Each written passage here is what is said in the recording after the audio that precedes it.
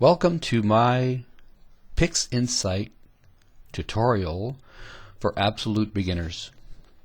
I've had some people ask me how it would be nice if someone could do tutorials on individual modules instead of a 1-hour video on the entire process from calibration to integration and then finally processing the image from crop right down to adding color.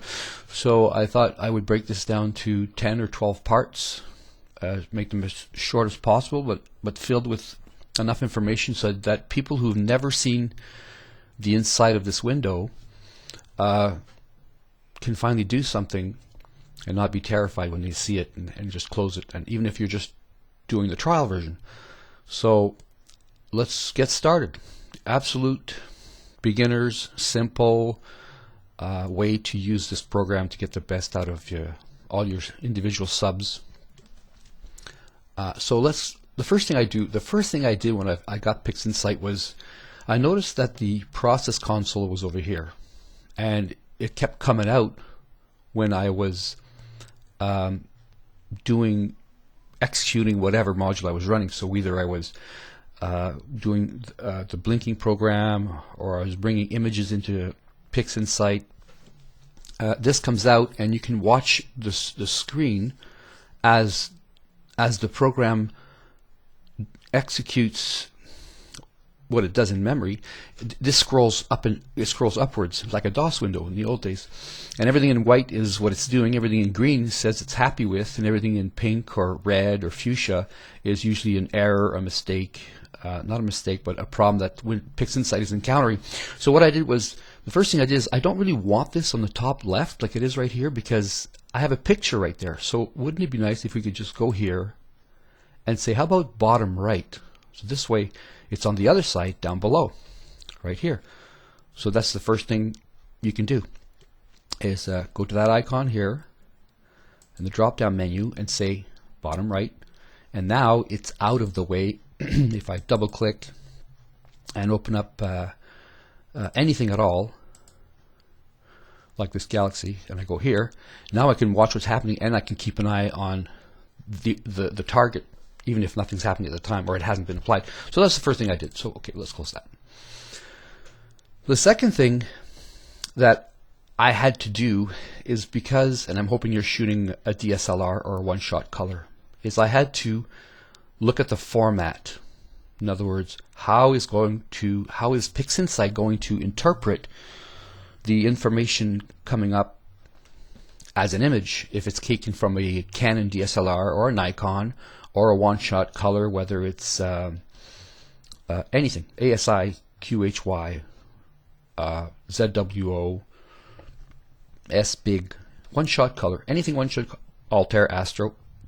So you go to DSLR RAW, and you go to Edit Preferences, and here, and I struggled quite a bit at first with this, because no matter what I was doing down here, and these were changing, and I was struggling with auto white balance and camera white balance and no white balance and creating an RGB image or creating a CFA image. And I learned that by just hitting pure RAW like this, it sets everything up just right for one-shot color. So that's all you got to do. Hit pure RAW. This will highlight. This will highlight. No white balance of the camera, and say OK. Click anywhere. This window will disappear. And to test that, perhaps you can go to Pictures. Just get any color, any colored picture. Here, let's just grab the trees and the branches.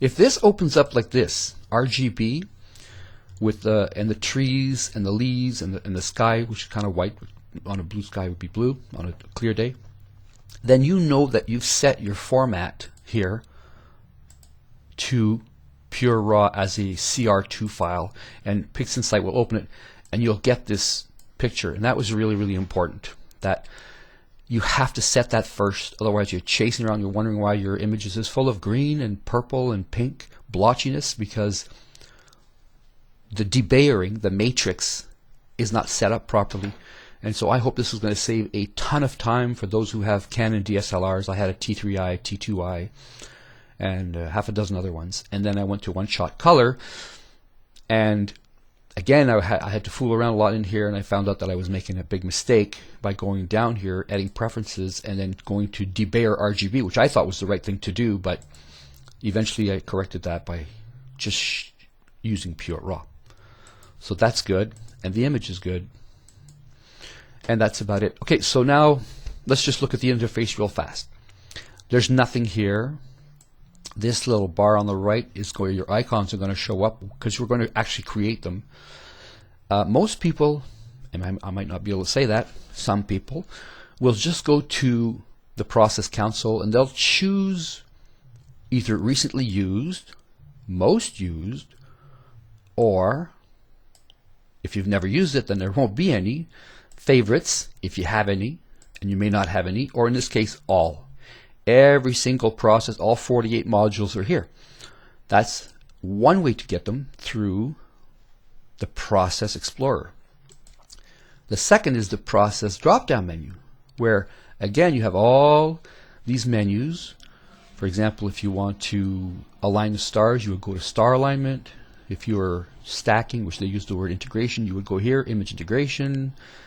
If you wanted to debayer some images, then you would go to all process and just go down to D for debayering, which is right here, and then so on and so forth. So all these are through the menu of the process, or you can use on the left hand side this menu, which is quite extensive, but I think they both come back to the same thing, whether it's the process or it's on the left or the top. And so what we're going to do now, step one for me, which I should have done when I first started, but I did not know, is that you can actually create process icons, so you don't have to be always going up here and looking for them. So let's do that now, as this is my part one, absolute basic beginners Pixinsight tutorials. And here's how we go about that. I'm going to go forward a bit, and then on the part 2, 3, and 4, I'll go back a bit so that we can reset our steps.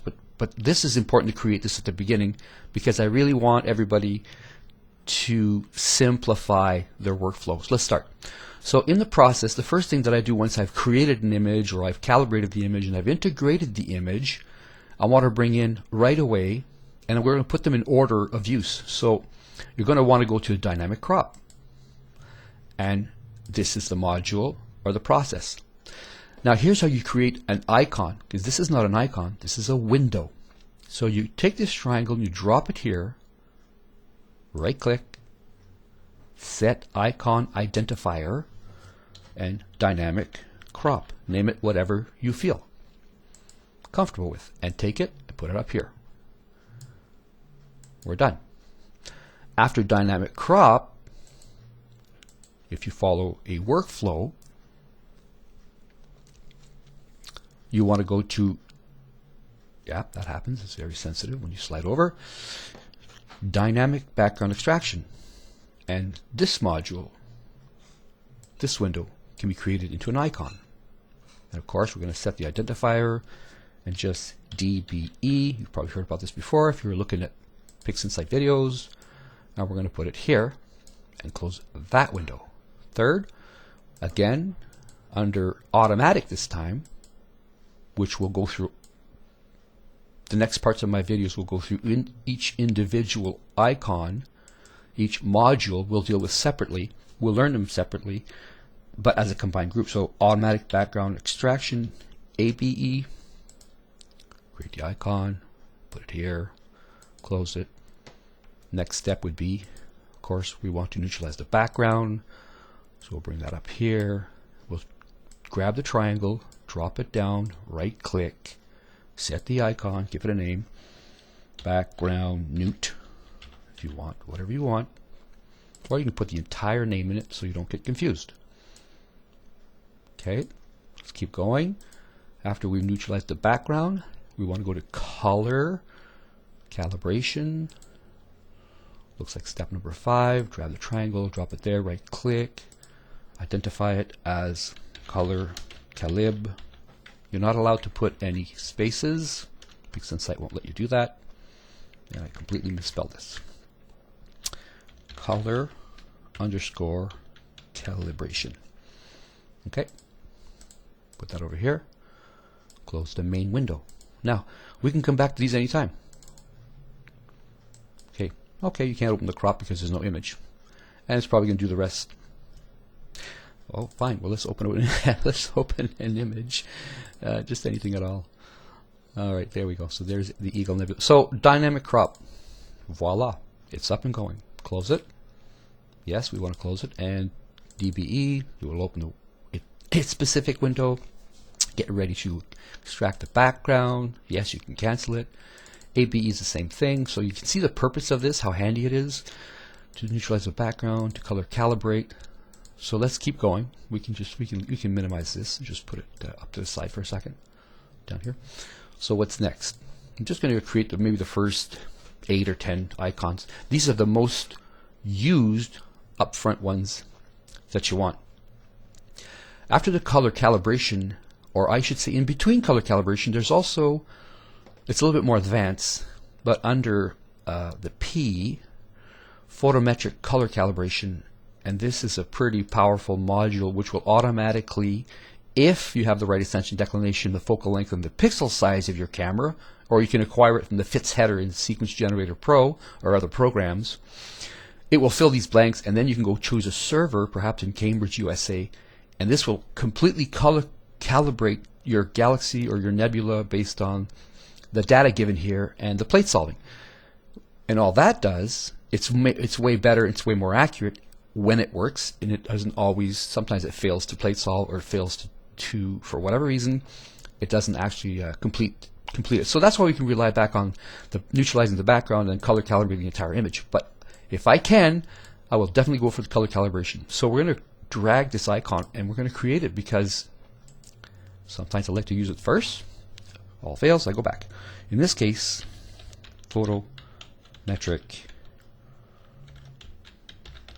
calib, and that's the icon I want to use. So I'm going to put this here. Okay, and close that because we don't have to do that anymore. Now we just double click it. It should open and close. Let's keep going. Next one after that is my favorite one, which you shouldn't have to use, but I just love the clone stamp. It does such wonderful things. We'll learn about it later. Drag, drop, right click, give it a name. I called it Clone Wars. Gets rid of any defects that are left behind from calibration. I use it sometimes to get rid of some motes that haven't been taken out by the flats. Any defects, and I'll go through that one by itself at another time. And that's another one. Process, all process. At this point, you're really going to want to bring in the histogram transformation tool right away. I'm going to drag it and create an icon. Love the fact that you can do this. So for me, histo, I know what it means. That's what I name it. You may want to call it the entire name. Histogram transformation tool. We'll close that.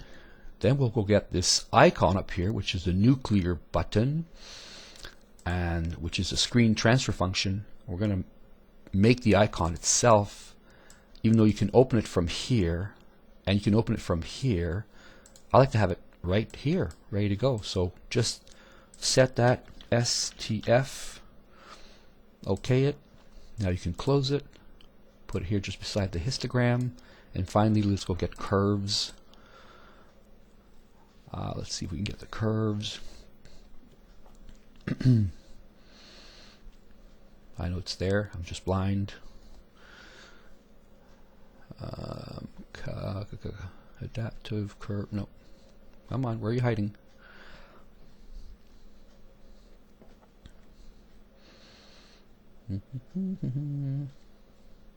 Probably passed over it twice.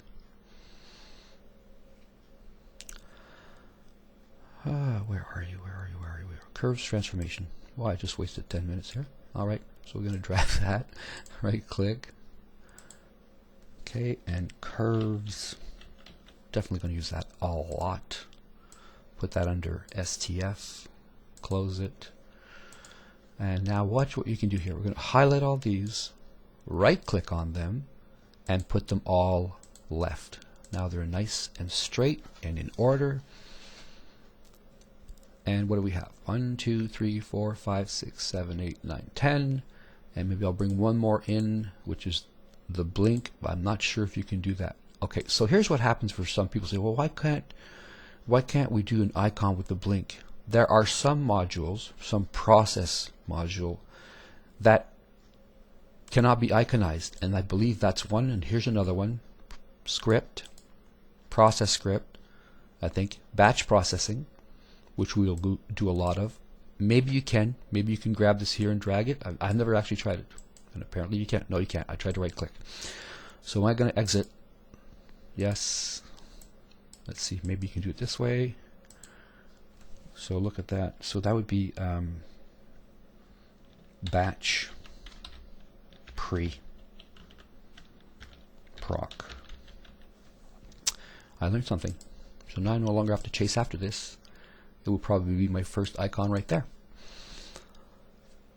Besides, there's another script I think I would like to pull out, and that would be the subframe selector, because we're going to go back to that a lot. And again, let's see if we can drag it here. Let's see if we can't, so you have to dismiss it first. Okay, now I'm going to right click and rename that to selecting, yeah, that's how you spell it, selecting underscore frames subs.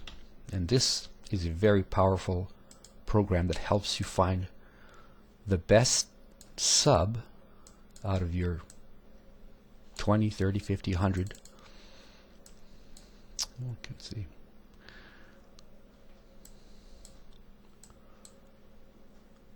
Okay, so it looks like this script can't be used as an icon, and I'm glad I'm doing this with you, and you can see me make mistakes. It shows that nobody's perfect.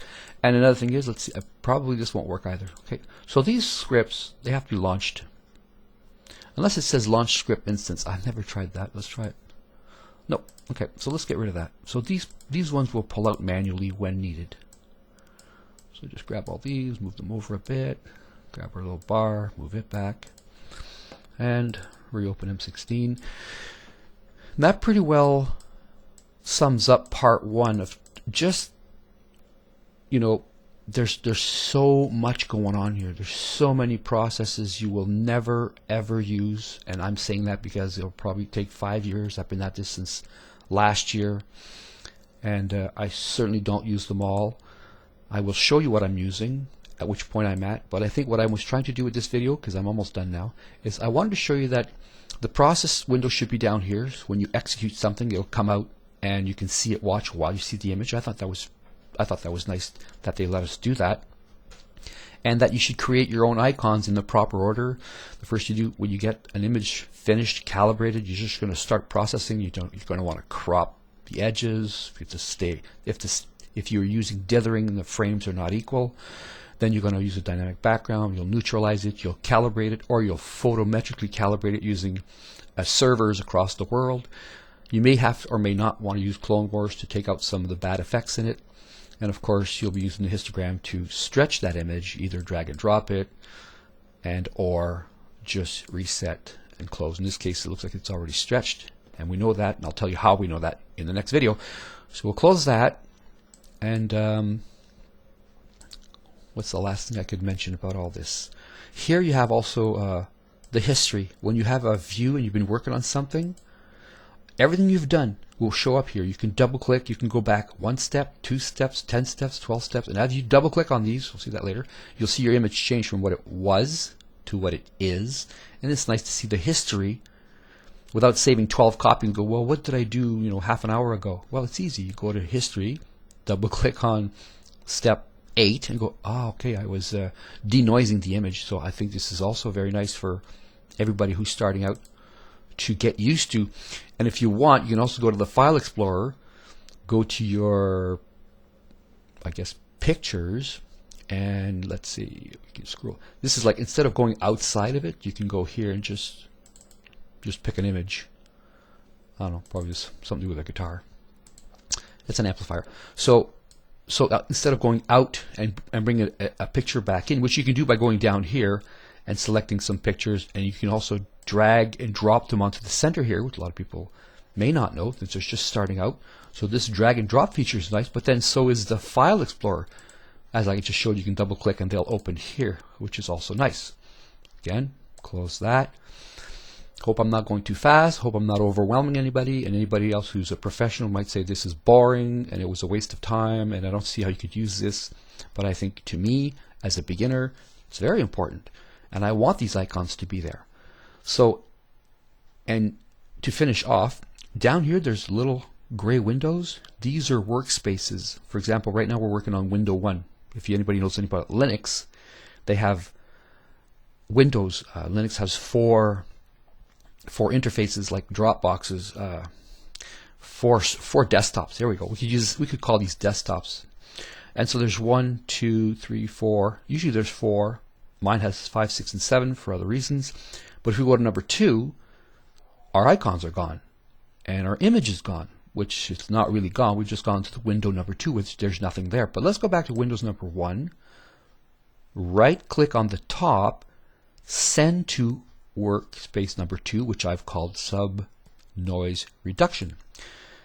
Now our picture disappears and it goes to window number 2.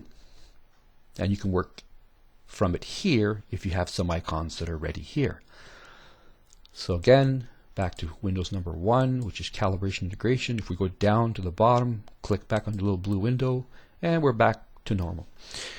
And the last thing you absolutely have to do this is, wouldn't it be nice to bring these back anytime you want? I don't want to create those every time I open Pixinsight. So select them all with your mouse, right click, save selected icons, and as you can see I have a bunch of them, and call it whatever you wish, and maybe in this case one shot color _1, and it'll make a XPSM icon.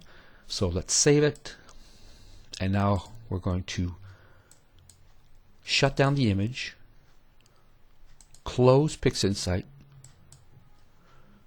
That's okay. I'm going to reopen Pixinsight.